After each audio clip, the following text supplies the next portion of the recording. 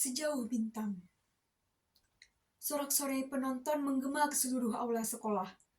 Mereka memberi tepuk tangan kepadaku yang sedang berdiri di hadapan khalayak ramai itu. Tanganku yang bergetar memegang pengeras suara, seakan-akan aku akan melepaskannya, tetapi dalam sekejap, aku memegangnya dengan erat lagi dan mulai menegakkan posisi tubuhku. Berdiri sempurna dan mengeluarkan suaraku dengan awalan kata salam. Assalamualaikum warahmatullahi wabarakatuh, ucapku dengan lantang. Kata demi kata aku ucapkan. Penyampaian pidato tentang semangat perjuangan pahlawan aku utarakan. Judul pidato sama dengan yang kutampilkan pada perlombaan pidato 17 Agustus tahun lalu di Balai Kota. Pahlawan yang pantang menyerah untuk mencapai kemerdekaan bagi Indonesia, ucapku lagi dengan lantang. Kalimat tersebut terus menjadi motivasiku, yaitu untuk tidak mudah menyerah dan terus menggapai cita-cita yang diimpikan walau rintangannya berat. Tetapi pantang menyerah kuusahakan tidak termasuk dalam kamus kehidupanku. Sudah banyak yang aku jalani selama ini, tetapi aku tidak mendapatkan satu impian lagi, yaitu mendapat juara atas perlombaan yang kuikuti. Berbagai perlombaan tentang mengasah keterampilan berbicara sudah kuikuti, tetapi hanya beberapa yang kudapatkan sebagai juara. Tentunya, usaha yang sudah dikeluarkan telah banyak. Karena hal itu, aku bertekad untuk tidak menyerah. Maka aku akan mengikuti perlombaan kembali dengan harapan aku bisa memperoleh yang kuimpikan. Pada keesokan harinya, setelah acara sekolah, aku melanjutkan belajarku untuk persiapan. Aku melanjutkan belajarku untuk persiapan lomba yang akan aku ikuti. Speech Chronology Experience, sebuah lomba pidato yang menceritakan sebuah hal secara rinci dan kronologis. Sepulang sekolah, aku langsung menyusun materi yang diperlukan. Kuketik dan aku membacakannya berulang kali hingga aku memahami materinya. Tengah malam pun sudah menjadi temanku sekarang. Aku benar-benar mengulik tuntas materi lomba agar kesalahan sekecil apapun nantinya dapat diminimalisir. Penglihatanku yang sudah jauh menatap layar laptop. Penglihatanku yang sudah jenuh menatap layar laptop dan jari yang sudah lelah mengetik isi pikiranku. Aku merasa tanganku panas lalu kepalaku juga seperti itu. Sontak aku berdiri dan merebahkan tubuhku di atas kasur untuk menghilangkan nyeri kepalaku. Tubuhku pun kini sudah menggigil kedinginan, tetapi badanku terus mengeluarkan suhu panasnya. Kupanggil ibuku untuk meminta tolong mengambilkan segelas air. Tetapi sesampainya ibuku di kamarku, beliau sadar melihat wajahku yang pucat dan mengira aku sakit. Setelah itu, ibuku memanggil ayahku untuk memeriksaku. Ternyata suhu tubuhku semakin meningkat. Maka pada malam itu, aku dilarikan ke rumah sakit.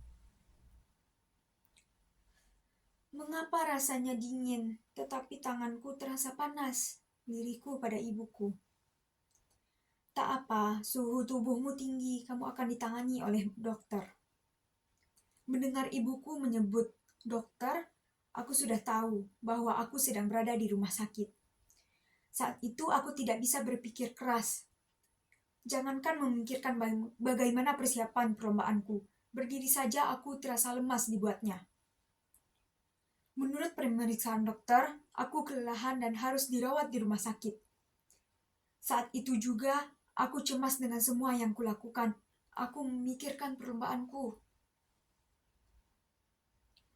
5 hari pun berlalu. Sudah banyak waktu yang kuhabiskan di rumah sakit. Sekarang perlombaanku akan dimulai esok hari. Aku hanya bisa berdoa agar diberi kelancaran. Selama di rumah sakit, keluarga, sahabat, dan teman-temanku terus menyemangatiku agar bisa segera sembuh dan dapat beraktivitas kembali. Tak lupa juga persiapan perlombaan kulanjutkan sedikit ketika berada di rumah sakit. Hari perlombaan pun tiba. Rasa tegang dan gugup kerap aku rasakan selama mengikuti perlombaan selama ini. Aku mulai menggenggam tanganku dan mulai menenangkan diriku perlahan dan berdoa semoga dengan persiapan selama ini aku bisa menyelesaikan perlombaan dengan baik dan mendapatkan hal yang aku impikan. Namaku dipanggil oleh pembawa acara. Seluruh penonton bertepuk tangan, tanda memberi semangat atas diriku. Aku maju ke atas panggung dengan menggenggam pengeras suara dan berusaha tenang sehingga aku bisa berbicara dengan lancar. Aku mulai dengan salam dan kata sambutan sebelum aku paparkan materi perlombaan ini. Baiklah hadirin sekalian, saya akan menyampaikan pidato tentang ilmu pengetahuan di era globalisasi. Globalisasi sendiri merupakan proses sosial yang selalu berakibat tidak adanya batas geografis antara masyarakat satu dengan masyarakat dunia. Aku menjelaskan terkait hal tersebut dengan rinci dan kronologis. Tetapi pada bagian penjelasan mengenai tanggapan penulis terkait globalisasi yang merupakan pendapatku langsung, salah satu juri menjeda kalimatku dan bertanya, "Dari manakah kamu mendapatkan materi ini? Kamu melakukan plagiarisme?" Seketika wajahku langsung memperlihatkan ketegangan. Aku berbicara untuk melakukan pembelaan untuk apa aku melakukan plagiat. Tidak, saya tidak melakukannya. Materi ini adalah hasil ketikan saya sendiri dan saya mengutip dari berbagai sumber. Ketika sedang berdebat dengan juri untuk menyelesaikan hal tersebut, tiba-tiba ada seorang laki-laki yang datang dari balik kursi penonton dan berjalan ke arah panggung lalu meneriakkan, Saya memiliki lembaran aslinya." Laki-laki yang sepantaran denganku itu memberi lembaran-lembaran kertas yang ketika aku baca, ternyata di sudut kiri atas tertulis namaku. Sontak aku terkejut, pertanyaan demi pertanyaan mengelola di kepalaku. "Apa maksudmu? Kenapa kertas materiku ada padamu?" Laki-laki itu merebut pengeras suara dariku dan berbicara di hadapan orang banyak. Laki-laki itu memberitahukan apa yang sedang terjadi dan memberitahu jawaban atas pertanyaanku tadi.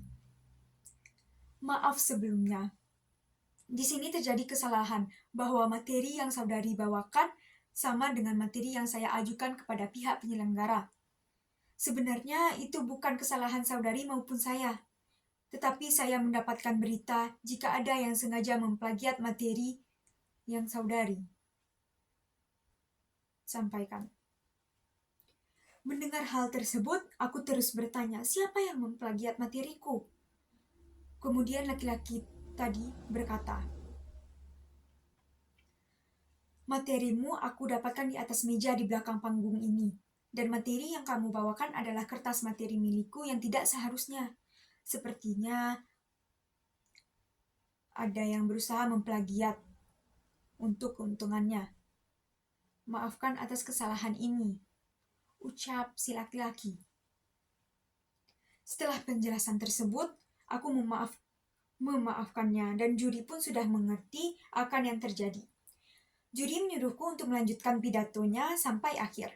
Aku pun berpidato dengan lantang dan penuh percaya diri. Hingga selesainya lomba, dan saat pengumuman tiba, aku merasa sangat gugup sekaligus cemas. Aku terus bertanya apakah aku akan mendapatkan juara kali ini ataukah sama seperti biasanya. Aku terus berdoa agar impianku tercapai. Dan tibalah saatnya panitia mengumumkan hasil perlombaan. Ketika disebut juara 3 dan 2, aku sudah mulai kehilangan semangatku. Mengingat hal yang sama akan terulang kembali, tetapi saat aku mendengar namaku di posisi juara 1 sebagai bagian terbaik speech chronology experience, Aku langsung mengucapkan syukur kepada Tuhan Yang Maha Esa. Akhirnya setelah penantian selama bertahun-tahun dapat terwujud pada kesempatan kali ini. Semua ini mengajarkanku tentang berusaha sekuat dan sekeras mungkin untuk mendapatkan hal yang lebih besar. Semakin besar impian kita, semakin jauh, semakin jauh bak bintang, semakin besar impian kita, semakin keras impian kita, semakin sulit pula dan keras pula tantangannya. Hal ini juga mengajarkan bahwa jangan mudah menyerah atas keadaan yang kita sendiri menginginkannya.